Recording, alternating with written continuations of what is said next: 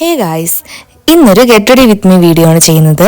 നമ്മളൊന്ന് ഇട്ടിരിക്കുന്ന ഡ്രസ്സ് ഏതാണെന്ന് വെച്ചാൽ ഓൺലൈനിൽ നിന്ന് വാങ്ങിയതാണ്. അതിൻ്റെ ലിങ്ക് വേണം ഞാൻ ഇതിൻ്റെ കൂടെ ആഡ് ചെയ്യാം.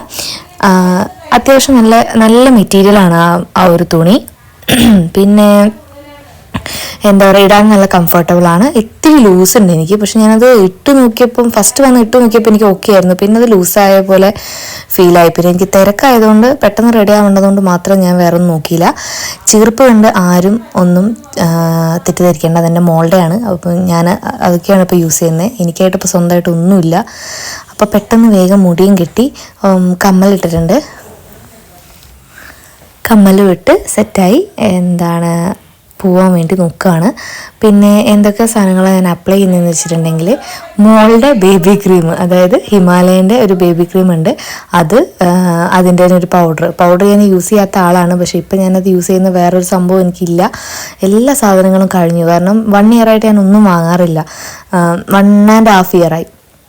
കാരണം പ്രഗ്നൻ്റ് ആയ സമയത്ത് അങ്ങനത്തെ ഒന്നും യൂസ് ചെയ്യാൻ പാടില്ലാത്തതുകൊണ്ട് ഞാൻ അങ്ങനത്തെ ഒന്നും ഉപയോഗിക്കാറില്ലായിരുന്നു. അപ്പോൾ ഇപ്പം എന്ന് വെച്ചിട്ടുണ്ടെങ്കിൽ എനിക്ക് അങ്ങനത്തെ ഒന്നും ഉപയോഗിക്കണം എന്നുണ്ട്. പക്ഷെ ഞാനതൊന്നും വാങ്ങിക്കാറില്ല. പക്ഷേ ഇനി അതൊക്കെ ഒന്ന് വാങ്ങിയിട്ട് ഞാൻ അടുത്ത ഗെറ്റ് റെഡി വിത്ത് മീയിൽ നിങ്ങൾക്ക് കാണിച്ചു തരാം.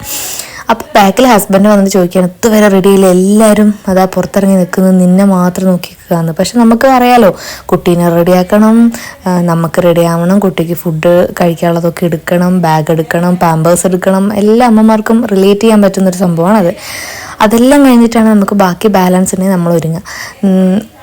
ഞാൻ യൂസ് ചെയ്ത കാജൽ ഏതാണെന്ന് വെച്ചാൽ സുഡിയോന്ന് എടുത്തതാണ്.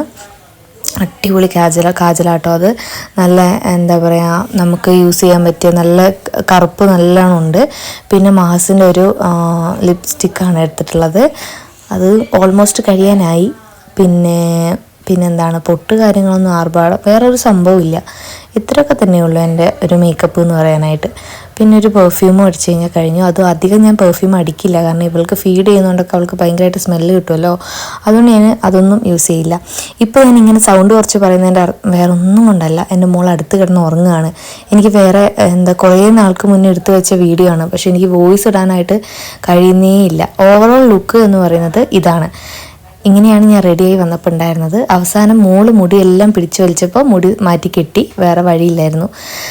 പിന്നെ ഇതൊക്കെയാണ് ഗൈസ്. അപ്പോൾ അടുത്ത വീഡിയോയിൽ വേഗം കാണാം.